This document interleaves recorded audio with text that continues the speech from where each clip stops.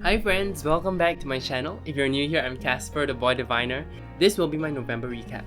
Time passes so fast. I just feel like I just did the October recap, and that one was really unceremonious. Like I really had nothing much to say, but things have really changed in November.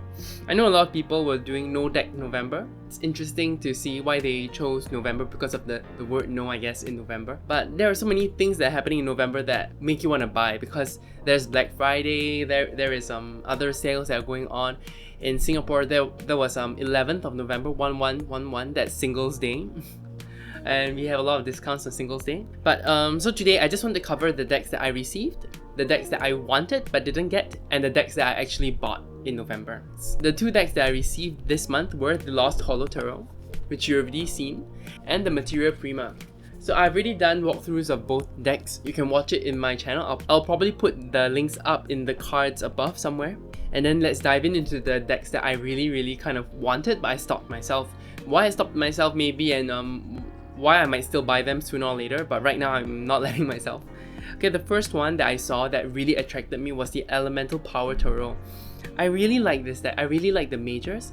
The minors are okay. I actually also enjoy them because the elements really come through, especially in the court cards. I think some people are a bit confused between how to tell what a king is and what a queen is, but if you look at the background and the elements, you would know, because queens are the water. They are the water of every element, and the king is usually the fire of every element. But this deck kind of switches it up, and the kings are actually the air of every element. I don't have the deck, so I don't know why. I don't know if she explains it in the book, but I do see that the book is quite good. The box is pretty nice, and it's a pretty cheap deck. I was really tempted because it was cheap. It is cheap. The downsides of having a cheap deck like that with so much good production in the book and the box meant that the cards suffered. So from what I can see on Amazon, the reviews are not so great about the card stock. I've seen walkthroughs where people commented that the card stock is a bit weird, but it's okay, it's doable. And because card stock is important to me, I'm not sure if I'm going to get this deck because I'm afraid I wouldn't be able to work with it. Thin card stock is okay for me, but thin card stock without a core worries me. I'm afraid I'll bend the cards out of shape and they'll never go back to normal again. The next deck that tempted me a little is the Oak, Thorn, and Ash Tarot. Actually, I've seen this on Kickstarter, I think, and I was really attracted to it. At the same time, I do have many animal decks that I don't use.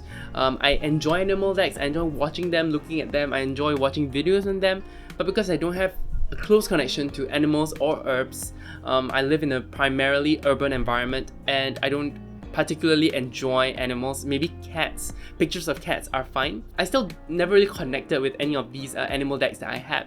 So I feel like I should be focusing on the decks that I already have, that are animal decks, instead of buying a new one. And the art style is beautiful. It's very woodland creatures kind of a vibe, which I enjoy, but I don't need it. I think the only animal deck that I might get and might want is the Brady Tarot. So that one is like kind of above the Oak, Thorn, and Ash Tarot deck that is out there. At the same time, I think the deck is out of stock. I think it's out of stock. I don't think it's coming back into stock anytime soon. I think she released a new batch like this week, and then they were all gone in like 5 minutes. I also talked about the Heaven and Earth Tarot as one of my most anticipated mass market decks of 2020, and I still like it a lot, but the banners at the bottom of each card actually trouble me. I don't really like banners like that. I don't like the font that is used. I enjoy the esoteric symbolism or symbols that they use in that banner, but I don't enjoy the banner itself. I kind of wish it didn't exist. I wish they just used have a black background and the words there or something. I don't know. I don't know what else they could have done, but I don't like the look of a banner just randomly lying at the bottom. So that's really how I felt about the Heaven and Earth Tarot. Is it justified that I'm not gonna get it just because of the bottom? Yes, because it's my choice, it's my money. At the same time, I also feel like it's a great RWS deck, but I do have other RWS decks that I am looking at. For example, the CS Tarot, which has been in my wishlist for the longest amount of time, but I don't have it. That's one example of an RWS deck that I'm hoping to get that is above, in the wishlist compared to the Heaven and Earth Tarot. Another deck that I really wanted, and it was actually anticipated but it wasn't my top 10, is the traditional Manga Tarot. This one is much better than the mystical Manga Tarot. I think this one is much better drawn. I also wanted to wait to see if anyone did a walkthrough of it, and one of my favorite channels, Peekaboo Rose Julie, she actually did a commentary or review of that deck. She didn't do a full walkthrough, but she did a review, and she did talk about how the art was warmer than she expected, and I saw that in the camera, in the video recording that she did, and I'm not too sure about that as well, because If it's not balanced, if it's too warm, it's not something I enjoy. I think I talked about how much I hated the original RWS Tarot. It has a yellow tint throughout the whole deck, and I really don't like a yellow tint. I even prefer cooler colors if possible. And in Instagram, you know, you can actually take photos of the cards and then tweak it so it looks good. I don't want to do that. I want the cards to look good by themselves. So I'm putting that on hold for the moment. But it is a RWS deck that I kind of want because it's so RWS based, but I really like the art. I really like traditional manga. So I'm just sitting on that. I'm just not sure about the color. The next deck that caught my eye, but I don't know if I want it, is the Ink Witch Tarot. I saw it on Logan's Instagram first, Cards Made Mirror, so you can check him out. He has the most beautiful layouts and cards and commentary on the cards on his Instagram, but it was really striking. The simplicity was striking, the color choices were very striking. At the same time, when I looked at some of the pips, I don't really enjoy I don't really enjoy how they come across. So I am just at 2 minds of this deck, and I probably wouldn't get it as of yet. I do have a lot of minimalist decks already that are of a limited color palette, and I don't really super gel with all of them. I'm still exploring my relationship with Lost Holo Tarot, and this one at least is not minimalist. I feel like the Ink Witch Tarot, if you're into like a coffee stain white minimalist kind of deck, I think it's something you can explore. It's not gonna join the ranks of my wishlist as of yet, but I'm keeping it in mind, and that's why I thought I should just mention it. The next deck I want to talk about is the Intuitive Night Goddess Tarot. Everyone has been showing this deck, and this deck looks amazing, and I like the theme. At the same time, I always prefer if my decks show both men and women, and I think this deck is fully women, goddesses basically. I don't know, I just haven't really decided whether I wanted to get this one or not.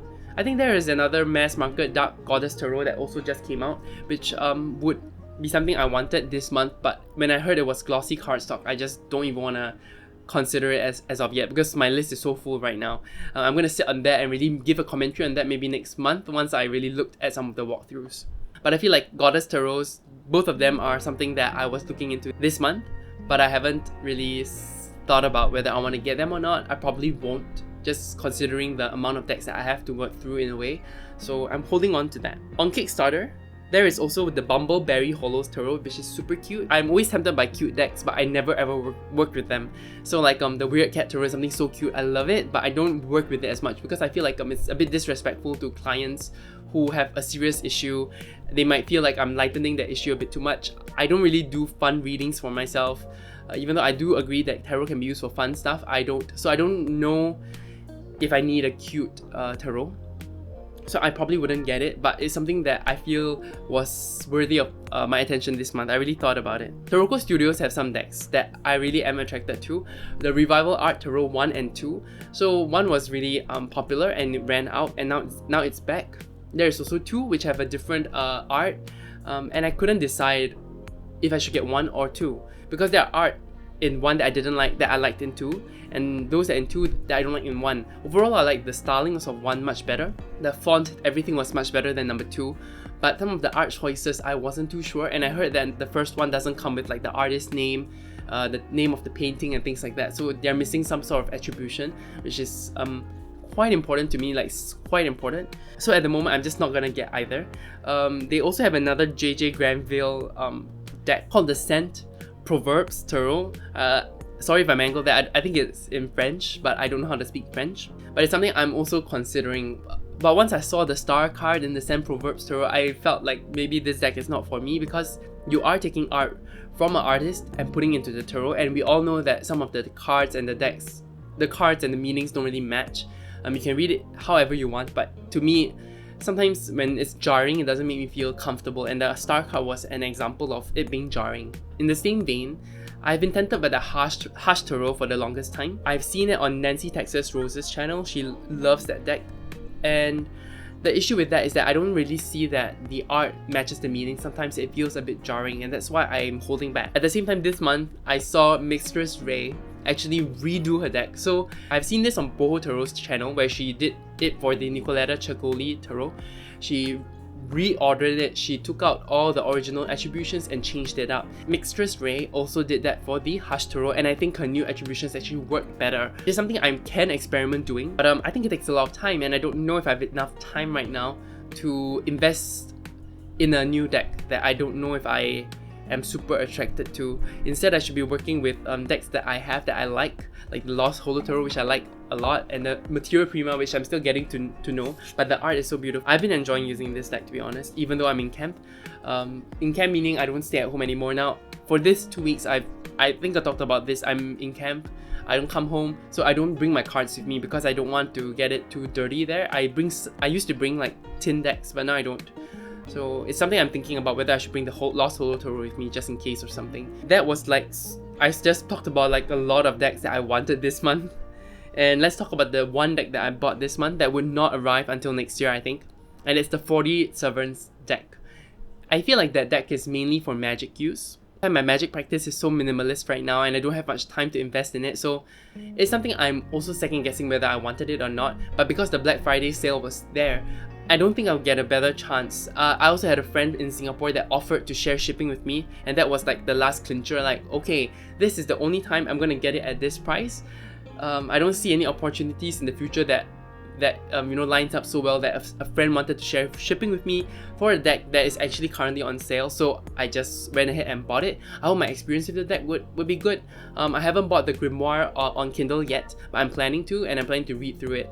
This month, actually, I bought a lot of Gallery of Magic books. I feel quite fortunate in 2020. I feel like I'm quite lucky. My job has not been affected by the coronavirus. My family is still healthy. We are in Singapore where, we do have clusters, a lot of COVID patients, but we are having good healthcare here. I'm pretty busy with my career, trying to move it forwards. There's a lot of imposter syndrome in me, but I'm trying to defeat it slowly using Magick. And I feel like a lot of my luck in the past few years could be attributed to, of course, the people around me, of course, the efforts I've put in, but also maybe some of the magic from the Gallery of Magic that I'm doing right now. I can't say that it is, but it was just something that came into my head. Like, I'm doing these rituals now, but they could be affecting my life retroactively. And I don't know if it's true or not. It's just something I felt like it could be the case, so I decided to invest a bit more and buy a few more of their books. Let me know if you want to hear more about the Gallery of Magic books. Let me know if a summary of the books could help. If you do have some of them, because I myself get a bit confused with the steps sometimes, and maybe recording it on camera to myself would help me absorb the material better. I don't know how the Gallery of Magic feels about that, but I wouldn't be including like the pictures of the sigils, which are kind of key to the workings, so I think it should be safe. I think it's just going to be helpful for people who buy their books. I hope you enjoyed this month's recap. I always have problems saying the TH and then the S after, so whatever. I hope you enjoyed this recap. Let me know what you think. If you enjoyed, please leave a like and subscribe. It really helps my channel out. And you guys have a great rest of the day. You take care. Bye!